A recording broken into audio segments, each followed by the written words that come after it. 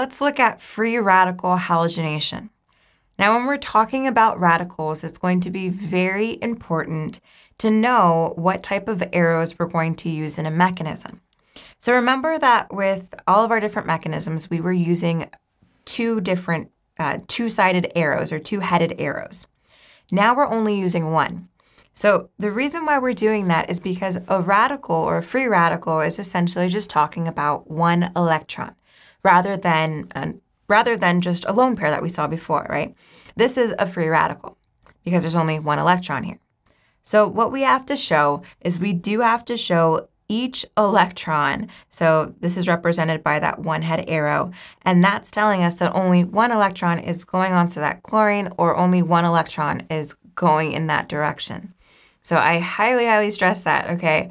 Because you can definitely get it wrong if you put the wrong arrow. Now the first step